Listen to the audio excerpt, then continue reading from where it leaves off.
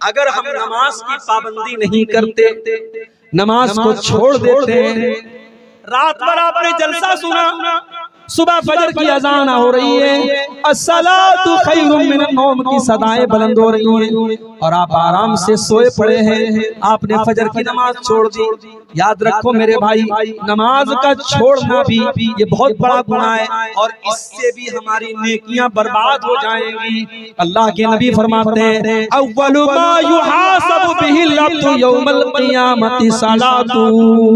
क़यामत के दिन बंदे से पहला हिसाब उसकी नमाज के बारे में किया जाएगा।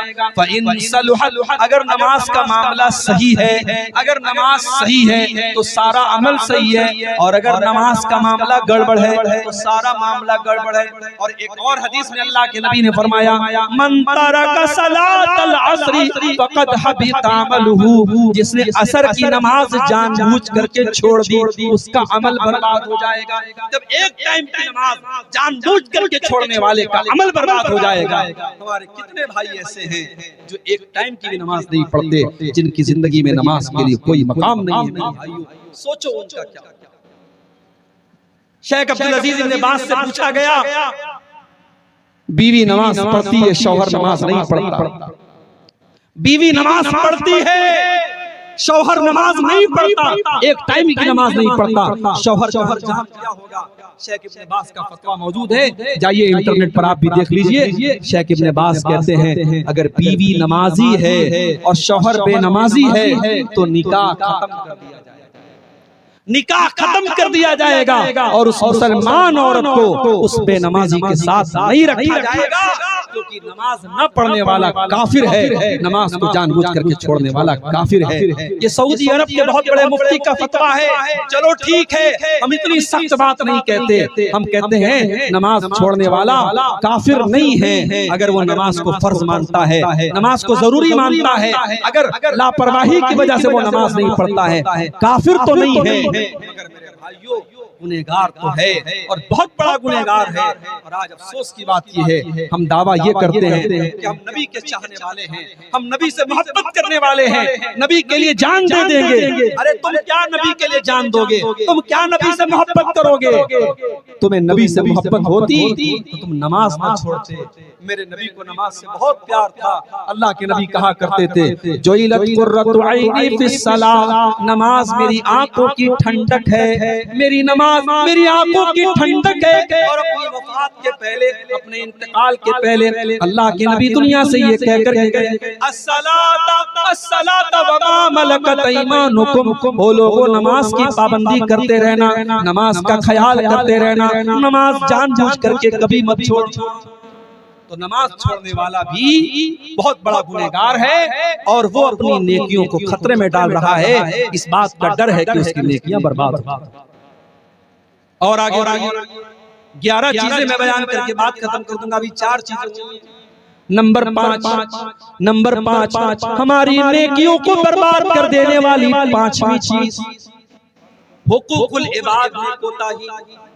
अगर आपने किसी का हक मारा होगा, किसी की जमीन पर नाजायज कब्जा किया होगा, किसी का माल नाजायज तरीके से हड़प लिया होगा, अल्लाह के नबी फरमाते हैं कि मेरी उम्मत में सबसे गरीब आदमी, सबसे फकीर आदमी, सबसे मुफलिस आदमी वो होगा जो क़यामत के दिन नमाज लेकर के आएगा, रोजा लेकर के आएगा, ज़कात लेकर के आएगा, हज लेकर के आएगा, बहुत सारी नेकियां लेकर के आएगा। वयाती कद शतम हाज़ा व क़ज़फ़ हाज़ा वो अकल माला हाज़ा, लेकिन किसी को गाली दी होगी, किसी का हक मारा होगा, किसी का माल हड़पा होगा, किसी की जमीन पर कब्जा किया होगा, उसकी सारी नेकियां उसके उन तमाम हकदारों को दे दी जाएगी जिनका उसने हक मारा था।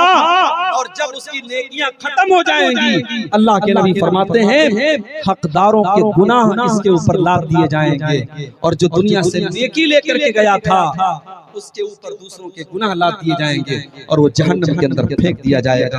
मेरे भाइयों, बड़ा खतरनाक मसला है हुकूकुल इबाद का। किसी का हक मत मारना, किसी का हक मत मारना। दुनिया की अदालत में हो सकता है आप केस जीत जाएं, वकील को खरीद लें, जज को खरीद लें, पुलिस वालों को खरीद लें, हो सकता है दुनिया में आप बेईमानी कर लें, मगर कान खोल करके सुन लो, अल्लाह की अदालत में कोई बेईमानी नहीं कर सकता। अल्लाह की अदालत में कोई रिश्वत नहीं चलेगी। अल्लाह के फरिश्ते रिश्वत नहीं लेते। अल्लाह के नबी फरमाते हैं मन कानत इंदहु मज़लमतुन लिअखी, अगर अपने भाई पर जुल्म किया है तो दुनिया में उससे छुटकारा पालो, वरना आखिरत की करेंसी रुपया पैसा नहीं होगी। आखिरत की करेंसी तुम्हारी नेकियां और तुम्हारे गुनाह होंगे। अगर तुमने दुनिया वालों का हक मारा होगा, तुम्हारी नेकियां उनको दे दी जाएंगी और उनके गुनाह तुम्हारे ऊपर लाद दिए जाएंगे। इसलिए मेरे भाइयों, हुकूकुल इबाद के मामले में बहुत होशियार। आज भाई भाई का हक मार रहा है। आज कितने बाप हैं अपनी औलाद का हक मार रहे हैं। कितने बाप है अपनी बेटियों को, कितने भाई हैं अपनी बहनों को जायदाद में वरासत में महरूम कर देते हैं। सारी जायदाद बेटों के नाम लिख देते हैं ताकि बेटी वारिस ना हो जाए। कितने भाई हैं अपनी बहनों का हिस्सा और हक खा जाते हैं। मेरे भाइयों, याद रखो, हुकूकुल इबाद का मामला बहुत खतरनाक है। अगर आपने किसी का हक मारा होगा, कल क़यामत के दिन आपको जवाब देना पड़ेगा और आपकी नेकियां बर्बाद हो जाएंगी और आपके जिम्मे उस इंसान के गुनाह डाल देंगे। 5 चीजें हो गई। नंबर 6, शराब पीना। ये भी बहुत बड़ा गुनाह है। शराब पीने वाले की नमाज भी कबूल नहीं होती है। अल्लाह के नबी फरमाते हैं मन शरिबल खम्रा ला तुक़बलु लहू सलातु 40 सबाहा। जो शराब पीता है उसकी 40 दिन की नमाज कबूल नहीं होगी। शराब पीने वाले की 40 दिन तक की नमाज कबूल नहीं होगी जब तक वो अल्लाह ताला से सच्ची तौबा न कर ले। उसकी 40 दिन तक की नमाज कबूल नहीं। इतना बड़ा गुनाह है शराब पीना। आज मुसलमान बड़े शौक से शराब पी रहा है। शराब के अड्डों पे चले जाओ, आपको मुसलमान ज्यादा नजर आ जाएंगे। मेरे भाइयों, शराब से बचो, नशे से बचो। ये नशा आपकी नमाजों के लिए, आपकी इबादत के लिए बहुत घातक है। शराबी की 40 दिन तक की नमाज कबूल नहीं।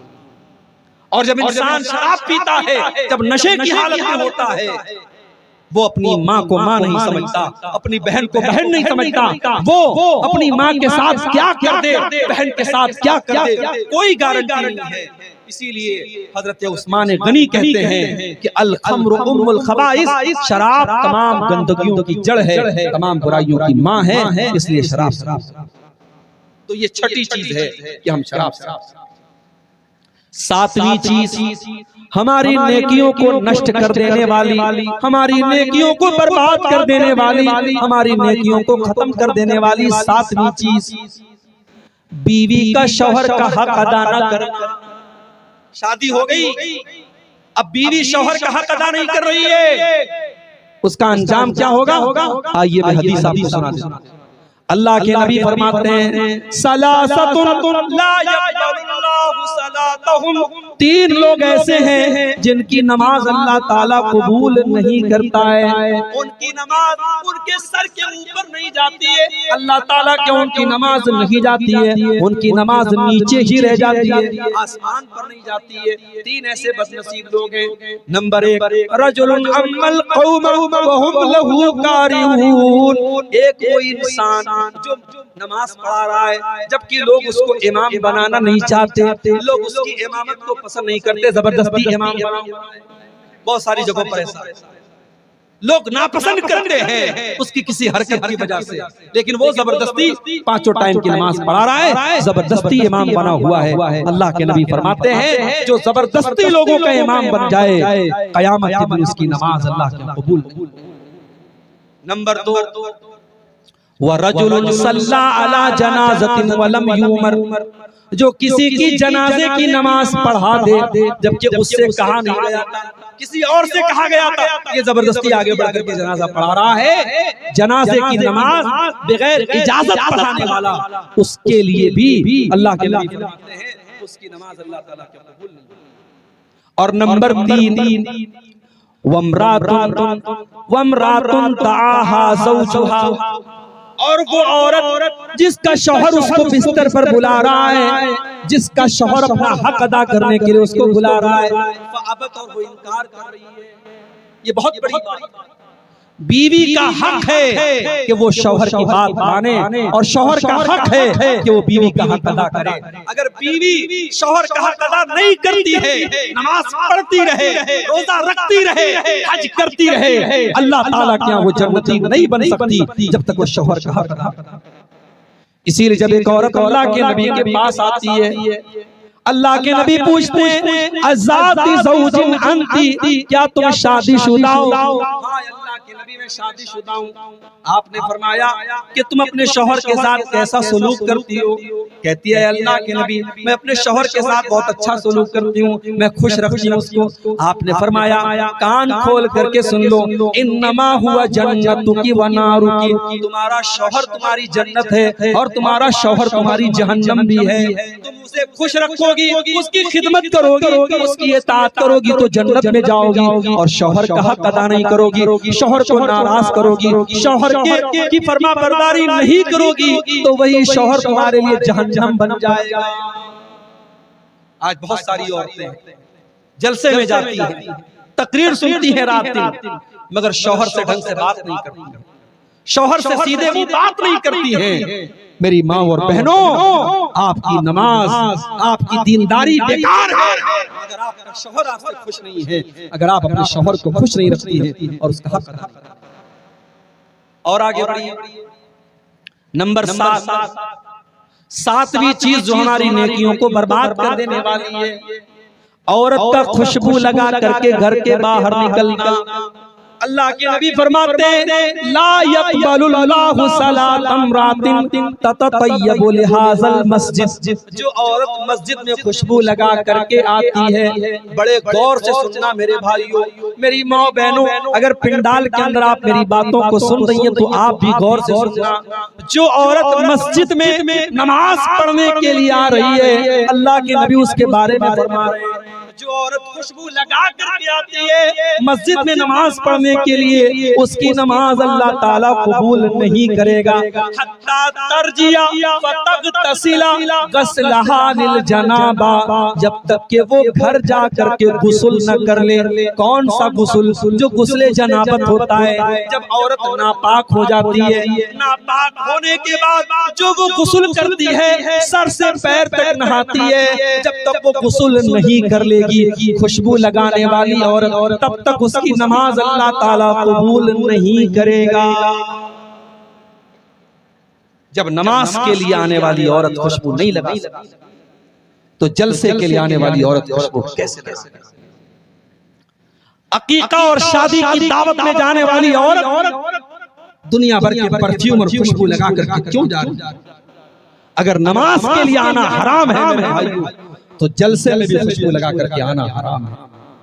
मुझे अफसोस होता है आपके इलाके में, मुझे लोगों ने बताया कि कहीं पर जलसा हुआ था, बहुत बड़ा जलसा हुआ था, लाखों का खर्च हुआ था, मगर जलसे में मानुस छिलोना, मानुस छिलोना आदमी नहीं थे। मैंने पूछा क्यों नहीं थे? बोले औरतें नहीं आई, औरतों का इंतजाम नहीं था तो मर्द हजरात नहीं आए। पता ये लगा कि जलसे में मर्दों की और नौजवानों की एक बड़ी तादाद इसलिए आ रही है क्योंकि औरतों का जमघट होता है। जवान लड़कियां हैं, खूबसूरत कपड़े पहन करके, सज करके, सवर करके, ज्वेलरी वगैरह पहन करके और मेकअप करके आ रही हैं, और दुकानें लगी हैं, सड़कों पर नौजवान लड़के भी टहल रहे हैं, लड़कियां भी टहल रही हैं। मेरे भाइयों, ये मंजर बड़ा नामुनासिब है, ये चीज बड़ी नामुनासिब है। अल्लाह के नबी फरमा रहे हैं जो औरत नमाज के लिए आ रही है खुशबू लगाकर, उसकी नमाज अल्लाह ताला कबूल नहीं करेगा। तो जो औरत जलसे में आती है, अपनी बहनों से कहना चाहूंगा, सिंपल ड्रेस में आओ, सादा कपड़े में आओ, खुशबू के बगैर आओ और पर्दे के अंदर आओ और तकरीर सुन करके वापस अपनी घर चली जाओ। जलसों को तमाशा मत बनाओ मेरे भाइयों। जलसों आज कितने जलसे हैं मुझे लोग बताते हैं, मौलवी साहब आज जलसे में एक लड़का लड़की पकड़े गए, आज जलसे में एक लड़का लड़की रंग रलियां करते हुए और आपस में एक दूसरे से मिलते हुए पकड़े गए। मुझे ये खबरें सुन करके अल्लाह की कसम बड़ा अफसोस होता है। ये जलसा है मेरे भाई, ये दीन का प्रोग्राम है और आज आपके सीमांचल में इन जलसों की क्या शक्ल बना दी गई। हमें इस पर भी गौर करना चाहिए, हमें अपने जलसों की भी इस्लाह करनी चाहिए। हम अपने घर की औरतों को अगर जलसे में लाते हैं तो सख्ती करके लाएं। जलसे में जाना है, मगर सिंपल तरीके से जाना है। अपनी जवान लड़कियों को आप ताकीद कर दें, देखो हमें सादा तरीके से जाना है, सज करके समर करके मेकअप करके खुशबू लगा करके नहीं जाना है। जब मस्जिद में नमाज पढ़ने के लिए जाना हराम है, तो जलसे में भी सज समर करके आना किसी औरत के लिए जायज नहीं है। और आगे तो खुशबू लगा कर जो औरत आती है उसका मामला भी आपने सुन लिया। इसी तरीके से मेरे भाइयों, नेकियों को बर्बाद कर देने वाली एक और चीज, और वो चीज ये है कि इंसान अकेले में, तन्हाई में, जहां कोई देखने वाला ना, वहां वो गुनाह करे, वो नाजायज काम करे, वो हराम काम करे। अकेले और तन्हाई में किए जाने वाले गुनाह भी इंसान की नेकियों को बर्बाद कर देते हैं। और मैं जो हदीस सुनाने जा रहा हूँ, आप उस हदीस को बड़े गौर से सुनिएगा। और आपके हाथों में मोबाइल है, आप सबके हाथों में मोबाइल है, मैं जानता हूँ। आज 3 साल के बच्चे से लेकर 70 साल के बूढ़े के हाथ में मोबाइल और स्मार्टफोन है। मोबाइल चलाने वाला इस हदीस को गौर से, मोबाइल चलाने वाली हमारी नौजवान बहनें, हमारी कौम की लड़कियां भी इस हदीस को गौर से सुने, हमारे नौजवान भाई भी सुने। हदीस के रावी कौन है? हजरत सौबान रज़ी अल्लाह ताला अन्हु। हजरत सौबान कहते हैं, अल्लाह के नबी ने फरमाया, लअलमन्ना अक़वामम मिन उम्मती यातूना यौमल क़ियामा, मैं अपनी उम्मत के कुछ ऐसे लोगों को जानता हूँ जो कयामत के दिन आएंगे, पहाड़ों के बराबर नेकियां लेकर के आएंगे, पहाड़ों के बराबर नेकियां लेकर के आएंगे। फयजअलुहल्लाहु अज़्ज़ा व जल्ला हबाअम मंसूरा, लेकिन अल्लाह ताला उनकी नेकियों को बर्बाद कर देगा। उनकी नेकियों को अल्लाह ताला की कोई गिनती नहीं। सहाबा ने पूछा, आय अल्लाह के नबी, वो कौन से बदनसीब लोग होंगे जो पहाड़ों के बराबर नेकियां लेकर के आएंगे मगर उनकी नेकियां बर्बाद हो जाएंगी? आपने फरमाया, वो लोगों, वो तुम्हारे भाई होंगे, वो तुम्हारे ही जैसे लोग होंगे, बस एक बात की कमी होगी, वो नमाज भी पढ़ेंगे, वो रातों को इबादत भी करेंगे, वलाकिन्नहुम इज़ा खलू बिमहारिमिल्लाहि इंतहकूहा। बस एक बात की कमी होगी, बस एक बात की कमी होगी, जब वो अकेले में होंगे, जब वो तन्हाई में होंगे, वो अपने माँ बाप, वो हराम काम करेंगे, वो नाजायज काम करेंगे, वो अल्लाह को नाराज करने वाले काम करेंगे। वो पब्लिक के सामने तो नहीं करेंगे, वो माँ बाप के सामने तो नहीं करेंगे, लेकिन जब बंद कमरा होगा, बेडरूम में अकेले सो रहे हैं और हाथ में मोबाइल की स्क्रीन है, अब मोबाइल के ऊपर वो क्या देख रहे हैं ये वो जानते हैं, मोबाइल जानता है और अल्लाह जानता है। वलाकिन्नहुम इज़ा खलू बिमहारिमिल्लाहि इंतहकूहा, उनकी तन्हाई गुनाहों से भरी। कितने उलमा हैं, कितने कुरान के हाफिज हैं, कितने हाजी हैं, कितने 70 साल के बूढ़े हैं जो आज मोबाइल पर गंदी चीजें देख रहे हैं। आज मोबाइल ने हमारी नेकियों को डिस्ट्रॉय कर दिया, हमारी नेकियों को बर्बाद कर दिया।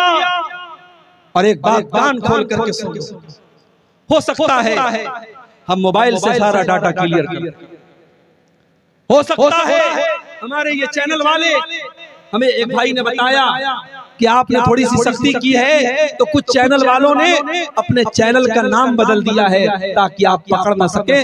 गंदे थंबनेल तो नहीं हटे, नाम बदल दिया।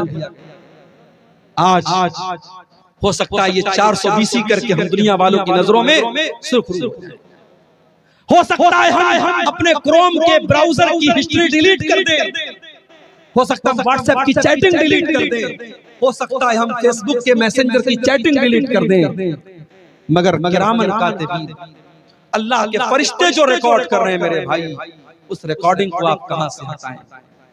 व इन्ना अलैकुम लहाफिज़ीन किरामन कातिबीन यअलमून मा तफ़अलून। हमारे किरामन कातिबीन, हमारे फरिश्ते तुम्हारी एक-एक एक्टिविटी को रिकॉर्ड कर रहे हैं, एक-एक हरकत को नोट कर रहे हैं। फरिश्तों का लिखा कैसे मिटाओगे मेरे भाई? फरिश्ते तो एक-एक हरकत को लिखते हैं। इसलिए खबरदार हो जाओ और अपनी तन्हाई को गुनाहों से बचाओ। तन्हाई में किए जाने वाले गुनाह हमारी नेकियों को खा जाए। इसी तरीके से एक और चीज है जो हमारी नेकियों को बर्बाद कर देती है, और वो क्या है? रिश्तेदार से रिश्ता काटना। रिश्तेदार से रिश्ता काटने वाले की नेकियां भी बर्बाद हो जाएंगी। अल्लाह के नबी फरमाते हैं, ला यदखुलुल जन्नत कातिउ रहम, रिश्ता काटने वाला जन्नत में नहीं जाएगा। भाई भाई से रिश्ता काट के बैठा है, चाचा भतीजे से रिश्ता काट के बैठा है, भाई बहन से रिश्ता काट के बैठा है, बाप बेटे से रिश्ता काट के बैठा है। कान खोल करके सुन लो मेरे भाई, रिश्ता काटने वाला जन्नत में नहीं जाएगा। इसलिए अगर आपने किसी से रिश्ता काटा है तो जाओ सुलह कर लो, सफाई कर लो, माफी मांग लो। इससे पहले कि माफी मांगने का टाइम खत्म हो जाए मेरे भाइयों, जाकर के माफी मांगो। और आपको एक बात बताऊं, अल्लाह के नबी फरमाते हैं, सही मुस्लिम की रिवायत, हर सोमवार के दिन और हर जुमेरात के दिन, हर मंडे को और हर थर्सडे को, हर सोमवार और हर बृहस्पतिवार, गुरुवार, हफ्ते के 2 दिन जन्नत के दरवाजे खोल दिए जाते हैं। अल्लाह के नबी फरमा रहे, सोमवार के दिन, जुमेरात के दिन जन्नत के दरवाजे खोल दिए जाते हैं और हर उस इंसान की बख्शिश कर दी जाती है, हर उस इंसान को माफ कर दिया जाता है जो अल्लाह के साथ शिर्क न करता हो, जो शिर्क न करता हो, उसको माफ कर दिया जाता है। सिवाय 2 लोगों, सिवाय 2 लोगों के। अगर आपके गांव में ऐसे कोई 2 लोग हो तो सुन ले, वो अल्लाह के नबी ने फरमाया 2 लोगों की बख्शिश नहीं होती। कौन? जिनके दरमियान आपस में कीना कपट, जिनके दरमियान आपस में दुश्मनी हो, कीना हो, उनकी बख्शिश नहीं होती है। न सोमवार के दिन होती है, न जुमेरात के दिन होती है। अल्लाह फरिश्तों से कहता है, अनज़िरू हाज़ैनि हत्ता यस्तलिहा, अनज़िरू हाज़ैनि हत्ता यस्तलिहा, ऐ मेरे फरिश्तों इनके ऊपर नजर रखो। अगर ये सुलह कर ले, अगर ये मेल मिलाप कर ले, तब तो इनको जन्नत में डालना है, तब तो इनकी बख्शिश करना है। और अगर ये आपस में झगड़ा रखेंगे, अगर आपस में ये लड़ते रहेंगे, तो फिर इनकी बख्शिश नहीं होगी। मेरे भाइयों, आपस में कीनों को खत्म कर दो, दुश्मनियों को खत्म कर दो। जरूरी नहीं है कि जब आप सही हो तभी खत्म कर दें, जब आप गलत हो तभी खत्म कर दें। नहीं, आप सही है, सामने वाला गलत है, आपको पता है वो गलत है, मगर झगड़ा खत्म करने के लिए अगर आप केस को खत्म कर दें, झगड़े को खत्म कर दें और मामले को खत्म कर दें, अल्लाह के नबी फरमाते हैं, मैं गारंटी लेता हूँ जन्नत के बीचों बीच एक मकान की उस इंसान के लिए जो हक पर रहने के बाद भी झगड़ा छोड़ दे। तो मेरे भाइयों, ये चंद चीजें थी जो मैंने आपके सामने बयान किया। ये वो गुनाह हैं कि अगर हम इनसे बचेंगे तो इंशाअल्लाह हमारी नेकियां सेफ रहेंगी, और अगर हम इन गुनाहों से नहीं बचे तो हमारी नेकियां डिस्ट्रॉय हो जाएंगी, हमारी नेकियां बर्बाद हो जाएंगी। ये चंद सवालात आए हैं, इनको देख लेते हैं। एक सवाल आया है कि एक ही गुनाह बार बार कर रहे हैं, गुनाह के बाद शर्मिंदा होते हैं, लेकिन फिर भी वो गुनाह हो जाते हैं, उसका सॉल्यूशन क्या, उसका तरीका क्या? देखिए, गुनाह अगर आप कर रहे हैं और आपको ये एहसास है कि आप गुनाह कर रहे हैं, बहुत गौर से सुनिएगा, अगर गुनाह के बाद ये एहसास है कि हम गुनाह कर रहे हैं, ये एहसास भी बहुत बड़ी नेमत है। ये एहसास भी बहुत बड़ी नेमत है। अगर गुनाह के बाद इंसान को शर्मिंदगी हो रही है कि मैं गुनाह कर रहा हूं, ये बहुत बड़ी, इसका मतलब कि इंसान अभी सही रास्ते पर है, अभी ट्रैक पर है, अभी वापस आ सकता है। तो जब भी आपको ये एहसास हुआ, तौबा करो। अब जब आप तौबा करेंगे तो तौबा के अंदर 3 चीजें होना जरूरी है। तौबा का मतलब क्या होता है? आप गाड़ी चला रहे हैं, गाड़ी को मोड़ लेना, गाड़ी को यू टर्न ले लेना, यही तौबा है। तौबा का मतलब क्या है? आप गलत रास्ते पे जा रहे थे, अब आप सीधे रास्ते पे चले आए, वापस चले आए, अपने रास्ते पे वापस चले। तो तौबा के अंदर 3 शर्त है। पहली शर्त, इंसान को अपने गलत काम पर शर्म आए, शर्मिंदगी हो। दूसरी शर्त, उस गुनाह को फौरन छोड़ दे। और तीसरी शर्त, आइंदा उस गुनाह को पक्का ना करने का पक्का इरादा करें। आप कमिटमेंट कीजिए अल्लाह ताला से। जब आप तौबा कीजिए ना तो कमिटमेंट कीजिए। जैसे हमारे बहुत सारे नौजवान लड़के होते हैं, वो मास्टरबेशन अपने हाथों से ज़िना करते हैं, अपने हाथों से ज़िना करते हैं, और एक बड़ी तादाद में हमारे नौजवान लड़के इस गंदगी में मुब्तला।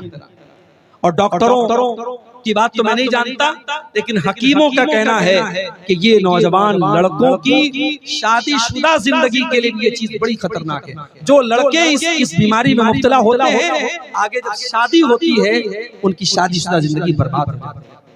तो अगर कोई नौजवान हमारा भाई इस गंदगी में पड़ा हुआ है, मैं बड़े दर्द के साथ इससे कहता हूं, तुम रात में उठो और वजू करके तहज्जुद की नमाज, और तहज्जुद की नमाज पढ़ के अल्लाह की बारगाह में गिड़गिड़ा के दुआ करो कि अल्लाह ये गंदी आदत तू मुझे छुड़ा।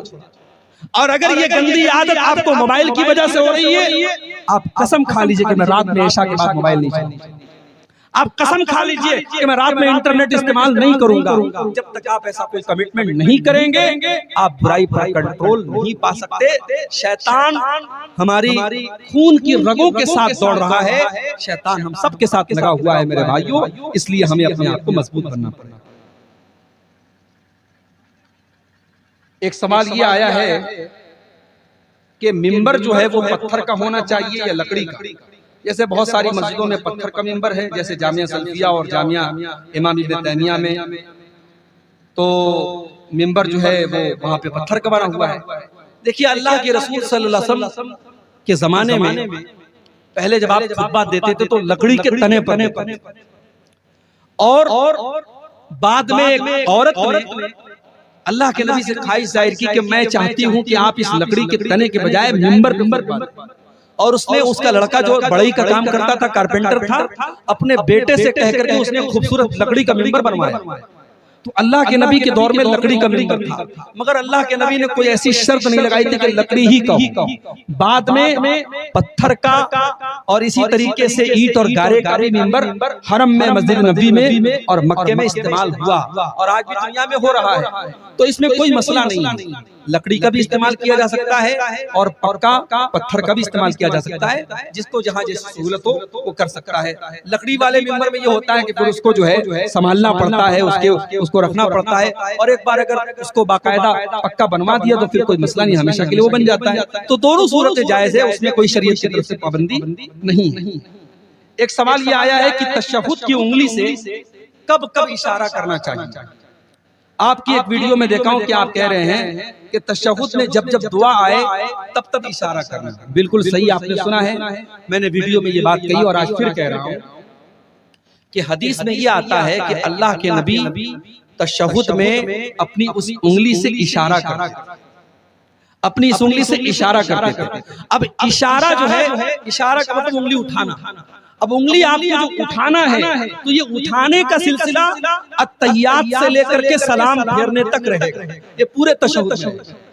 और हदीस में दूसरा लफ्ज आता है युहर्रिकुहा, अल्लाह के नबी इस उंगली को हरकत देते थे।